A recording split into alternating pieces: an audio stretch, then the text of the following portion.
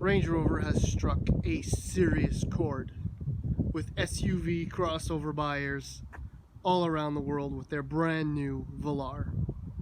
Look at it. Just look at it. Oh, full disclosure, my tester has an air suspension. I might mention that once or twice. And it's in access mode in its lowest setting. Would you not want to have one of these and do this whenever you can? Oh, but the Range Rover Velar is much more than what you see. I'm going to tell you a little bit more about it in the following video. Oops, I seem to have gone and parked like a moron. You too would be allowed to do so if you buy yourself a Velar. I know I would, at every given opportunity. If you want a Velar for yourself, $62,000 are all that you need to get the base model. It includes LED lights, 19-inch wheels, panoramic sunroof, and a long list of interior features, including leather, 10-way power front seats, and so much more. Now, my tester is an HSE, which starts at $82,600 when you throw in the supercharged V6. Now, the reason why you can't really see my truck on your screen is because it has the optional blackout package, which blacks out everything that could possibly be blacked out. I'm sure they had prototypes where the headlights and taillights were black too. I'm not a huge fan of this, but I am a massive fan of the optional 22-inch wheels on my truck. There are a number of other features in here, so let's go over them one by one. No, that's a lie. We're gonna go over a few of them. Know that my truck retails for about $95,000. So here we go. Of the many features included with the Range Rover Velar, you'll find, obviously, a power hatch, which opens up to a very decent trunk, about 670 odd liters of space. I like the wide opening at the front. There's plenty of room for some golf bags. And if you put the seat backs down, that opens up to about 1,100 liters more. And yes, the other advantage to the air suspension, you can actually lower the rear end to make access to the trunk a little bit easier. Check this. Oh yeah, that's a little semi-annoying kind of cool feature, a little bit Tesla-ish and other brands. Power door handles, which anyway, I'm not a big fan of. They look good, but anyway, what really looks good, this Windsor leather included in my HSE. Look at the detail, the thickness. You can almost see it. You can almost smell the suppleness of the leather, the contrast stitching. It's just unbelievable, and it is everywhere. On the door cards, oh yeah, and well, Meridian audio is standard in the truck, so you get these fantastic grills as well. But let's sit down back here. My driving position, yeah, that's a crazy dash, but it's, I mean, it's nice. Anyway, I'll tell you more in a few moments. Look at the amount of room you have back here. It's quite impressive. Elbow room is fantastic. Headroom is very good, and that despite the massive sunroof, you can fit 3 across fairly easily, in fact. And my boy's got plenty of room here. However, with the seats in a comfortable position for my spouse, a little bit tight for his feet, but it can be done. Now here, same controls for the HVAC in the back as you have in the front. I'm going to try and be as concise as possible with those gauges. Okay, so with the HSE, you do get 20-way adjustable seats with memory on both sides. They are unbelievable. They're gargantuanly comfortable. They actually suck you back when you're driving. Beautiful, beautiful attention to detail. This is luxury. Now, luxury can mean a bunch of things to a bunch of people. You ready for this? Let's start her up. Yeah, those are beautiful gauges. This screen, which you just missed, actually pops out and folds back when it's off, folds out when it's on. Now, essentially what you're seeing on the screen is what it is in real life. The dust is very obvious, as are the finger marks. And when the sun hits it just wrong, it becomes actually a blinding issue. I'll probably find or show you once we get on the road. We'll see. Let's get right to this one, the wheel. It looks cool, but I really don't like it. You can accidentally, in fact, I have accidentally, from drive and going into reverse, accidentally gone all the way into park, which is kind of a shock. You're not moving fast.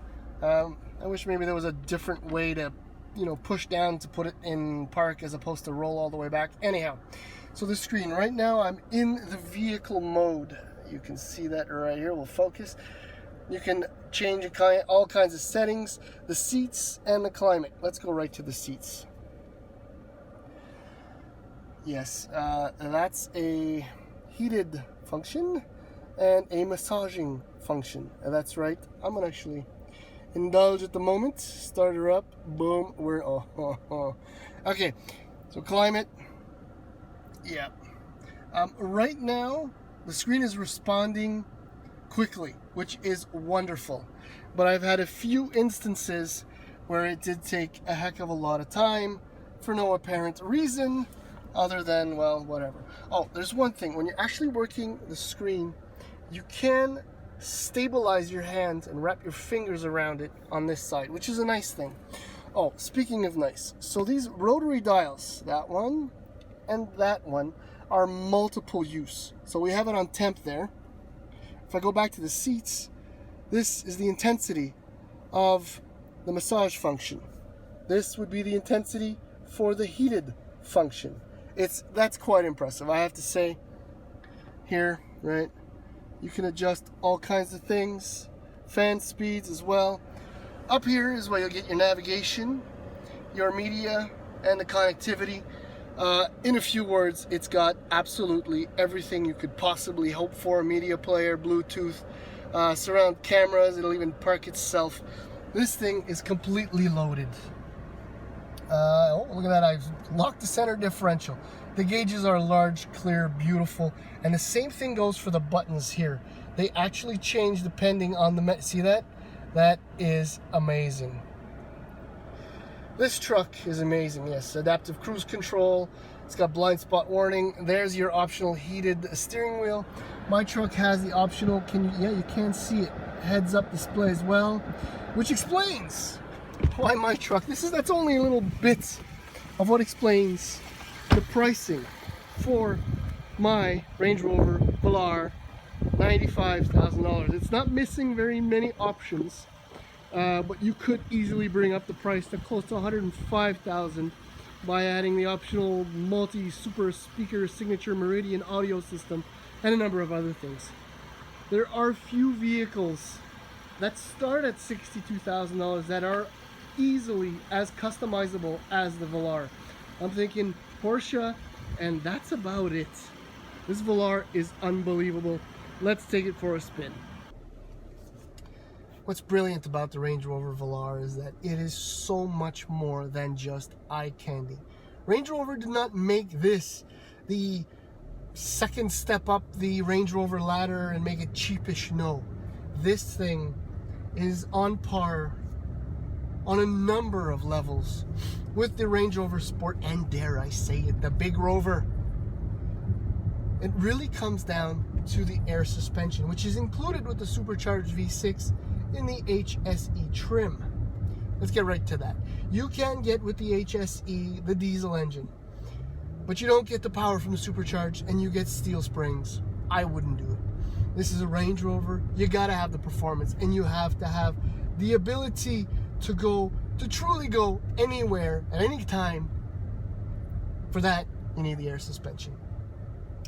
Air suspension will lower the truck, as you noticed in the opening segment of this video. Unfortunately, you can't drive the truck that low for any distance or speed, but you can drive a little bit faster with suspension raised at the max, which you may have noticed when I did my moron parking maneuver.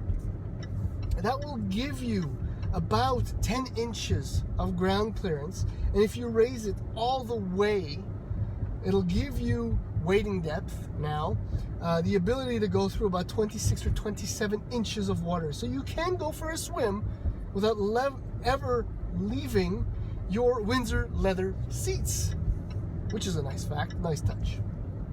Okay, so supercharged V6, it's a 3-liter. It puts out 380 horsepower at 6,500 RPM. So you gotta pin it to get maximum power. Oh, and 332 pound-feet of torque from 3,500 to 5,000 RPM. So again, you gotta keep your foot in it to get the most out of it. I like that. Thankfully, the 8-speed automatic transmission included does a brilliant job of working everything with you at all times, and even in comfort mode, right? Everything works beautifully. The prime directive of the Velar HSE with the supercharged engine is refinement and comfort at all times and nearly all costs, but there's no cost involved except for the $95,000 for this truck. But anyway, you can change the drive modes. You can go into dynamic, and hopefully I will get out of the city very shortly and show you. And there's even a dynamic setup, so you can customize it. I got steering in dynamic, suspension in normal. Obviously, I like wheel travel. The gear shift is in normal because I don't want to be stuck in a lower gear at all times. The engine, however, is in dynamic because I want all the power. You have also in the dynamic setup, you can play and you can have displays for the G's and do some lap timing and all that. By the way, this thing will do to 0 to 100 kilometers per hour in 5.7 seconds. And mind you, this thing weighs at least 4,500 pounds. That has a direct impact on the ride quality and obviously fuel economy. I'm averaging 12 liters, give or take, per 100 kilometers, which, considering everything, is really not that bad. Now let's see if I can get on the road fast enough. Take your time. Yeah, it's very good. Oh, by the way, visibility is pretty good overall. The base of the A-pillars is quite wide, but does not really hamper the overall view, despite the fact that my seat is set in the lowest position. Oh, see that? There it is. The sun reflecting off all these screens. It's actually blinding. If you do not have sunglasses, yeah, that's really, really annoying.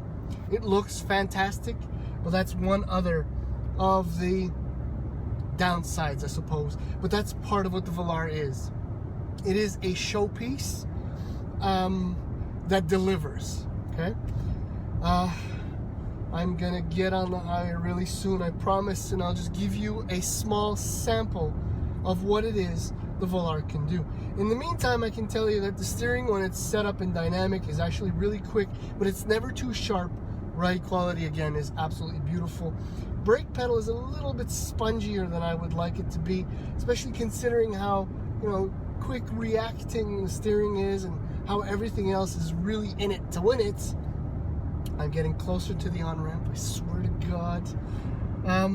It's actually quiet in here, even at speeds which can quickly become over the recommended speed limits. Okay, here we go. Hang in there. It's a Prius. I can't do anything about it. Okay, here we go. I'm on it. There we go. Yes. Now I'm actually in my customized dynamic mode, and this thing really does a great job of the V6, and the 8-speed automatic, of getting you up to speed in very little time. What a wonderful, wonderful SUV. Wonderful.